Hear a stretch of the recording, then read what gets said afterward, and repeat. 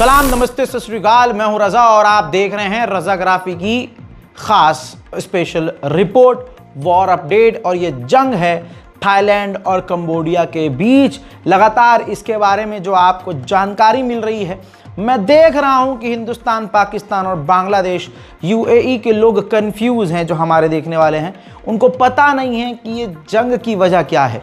तो मैं तमाम आपको अपडेट भी दूंगा, लेकिन आइए, क्योंकि मैं मुश्किल खबरों को कहानी की तरह बयान करता हूं ताकि दिमाग में आपके बैठ जाए। तो आइए शुरू करते हैं। दोस्तों, ये जो मैप आप देख रहे हैं थाईलैंड और कंबोडिया का मैप है, जिसमें आप देख रहे हैं कि थाईलैंड कंबोडिया से ज़्यादा बड़ा है।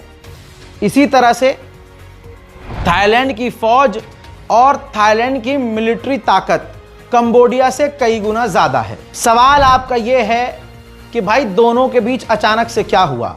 अचानक से हजरात कुछ नहीं हुआ है। दोनों के बीच भारत पाकिस्तान का जैसे सीमा विवाद है, वैसे ही कंबोडिया और थाईलैंड का भी सीमा विवाद है। दोनों ही देश जो हैं स्पिरिचुअल कैटेगरी में आते हैं, बौद्ध धर्म दोनों तरफ हैं। और ऐसे में एक खास मंदिर है, जी हाँ, उस प्राचीन मंदिर का नाम है प्रेह विहीर मंदिर, जी हाँ, जिस पर दोनों देश दावा करते हैं। कंबोडिया कहता है कि यह मंदिर हमारा है, हमारे क्षेत्र में आता है, और थाईलैंड कहता है कि हमारे क्षेत्र में आता है। और ये लगभग 100 साल से ज़्यादा पुराना मंदिर है, प्राचीन मंदिर है। और तब से, जब से ये दोनों देश बने हैं, समझ लीजिए, ये तब से ही, क्योंकि ये कहा जा रहा है बहुत पुरानी 12वीं शताब्दी का ये मंदिर है। अब ये जो देश हैं, जब राजा थे, महाराजा थे, फिर वो डेमोक्रेसी आई, तब से लेकर जो है दोनों ही देश जो हैं आपस में लड़ते हैं, भिड़ते हैं। और कंबोडिया कहता है कि ये हमारी सीमा में आता है मंदिर, और थाईलैंड कहता है कि ये हमारा मंदिर है। अब इस मंदिर को लेकर, जो बौद्ध मंदिर है, विवाद हमेशा से बढ़ता रहा। सालों की लड़ाई चलती आई, लेकिन 1962 में इंटरनेशनल कोर्ट ने इस मंदिर को कंबोडिया का हिस्सा मान लिया। लेकिन इसके बावजूद उस इलाके में तनाव, गोलीबारी, एक दूसरे को उल्टा सीधा बोलना, झड़पें होती रहती थी। लेकिन अब तक क्या होता था? छोटी मोटी लड़ाइयाँ होती थी, गोलीबारी होती थी, डराया जाता था। दोनों ही देश समझदारी से बैठकर बातचीत करके मामले हल कर लिया करते थे। आज तक ये हो रहा था। अभी 24 घंटे के भीतर होता ये है कि अचानक से कंबोडिया थाईलैंड पर MLRS दागना शुरू कर देता है। फिर उसके बाद लॉन्ग रेंज के रॉकेट दागता है, फिर उसके बाद ड्रोन दागता है। उधर से थाईलैंड भी अपने फाइटर जेट F-16 उड़ाना शुरू करता है। अब दोनों के बीच किस वजह से भिड़ंत आपको क्लियर है, लेकिन दोनों देशों में से किसने पहले हमला किया कल पिछले 24 घंटे में, यह अभी तक क्लियर नहीं है। क्योंकि दोनों देश कह रहे हैं उसने हमला पहले किया, यह कह रहा है कि उसने हमला पहले किया। आइए अब फैक्ट पर आते हैं। अभी तक थाईलैंड को, जो कि ताकतवर देश है, थाईलैंड जिसके पास मिलिट्री सोर्स ज़्यादा है, थाईलैंड जिसके पास हथियार ज़्यादा हैं, फौज बड़ी है, उसको नुकसान ज़्यादा हुआ है। पिछले 48 घंटे से जो अपडेट आया है, 20 थाईलैंड के आम लोग मारे गए हैं और 1 सैनिक भी मारा गया है। आंकड़े और बढ़ सकते हैं, इससे कम तो बिल्कुल नहीं है। मेन बात यह है कि कंबोडिया के हमले में थाईलैंड के आम लोग मारे गए हैं। थाईलैंड का एक बानपू का इलाका है, जहां पर कंबोडिया का एक रॉकेट गैस स्टेशन पर आकर गिरा, जिससे तबाही ये मची है।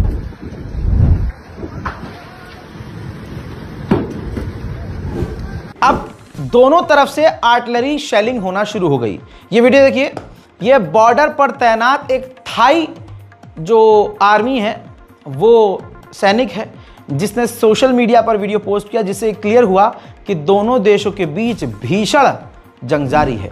अब मैं आपको कंबोडिया की साइड का विजुअल दिखाता हूं। ये है कंबोडिया के सैनिक जो बॉर्डर पर लगातार फायरिंग कर रहे हैं। बॉर्डर से थाईलैंड के अंदर लॉन्ग रेंज की MLRS भी दाग रहे हैं।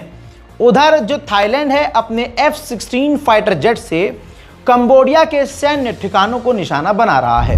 अब दोस्तों, थाईलैंड पर मैंने शुरू में कह दिया कंबोडिया भारी पड़ गया, क्षेत्रफल में छोटा है, आर्मी में छोटा है, लेकिन इस वक्त की जो रिपोर्ट है थाईलैंड पर कंबोडिया भारी पड़ा है। थाईलैंड के आम इलाकों में जो कंबोडिया के हमले से तबाही मची है, मैं आपको दिखाना चाहूंगा। นี่คือบ้านนะครับผมบ้านโพนทองครับผมเนี่ยครับบ้านโพนทองครับผมลูกปืนจากกัมพูชาตกลงจุดตกคืออยู่นี่ครับผมตกลงตกหลุมถือบ้านเลื่อนพี่น้องครับเสียหายครับผมบ้านขางเครื่องครับผมนี่ครับพิธีลูกปืนลงไปนะครับลงไปลึกนะครับผมครับหลุมครับหลุมที่ลงนะครับผมนี่บ้านเลื่อนพี่น้องเสียหายเป็นหลังนะครับแต่ว่าบ่มีผู้ใดได้รับบาดเจ็บครับผมเพราะว่าเนื่องจากเพิ่นหนีออกไปกันหมดแหละครับผมยังแต่ท่านเป็นเจ้าของบ้านขางเคียงครับเจ้าของบ้านผู้หนีเนาะครับเนาะเจ้าของบ้านลงนั่งลงมาเลย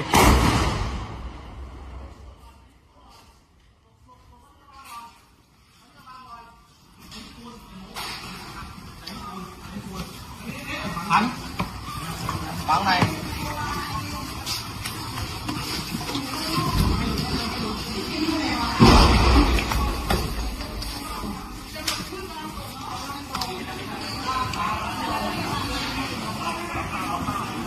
lô na cầu thôngครับlô na cầu thông